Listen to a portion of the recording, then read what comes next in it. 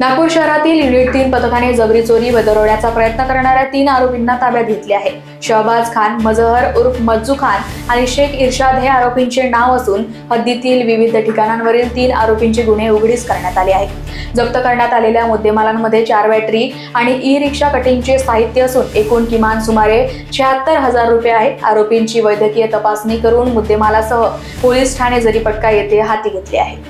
गुन्हे शाखा युनिट 3 येथील पोलीस उपनिरीक्षक मधुकर काटोके आणि यांचे पथक यांनी एक पाहिजे आरोपी आहे, ज्याचं नाव आहे शहबाज खान शेर खान, जो हसनबाग येथील राहणार आहे आणि नंदनवन पोलीस स्टेशन येथील एका 394चा गुन्हा आणि एक 399चा गुन्हा, एक जबरी चोरी आणि एक दरोड्याचा प्रयत्न, अशा 2 गुन्ह्यामध्ये वॉन्टेड होता।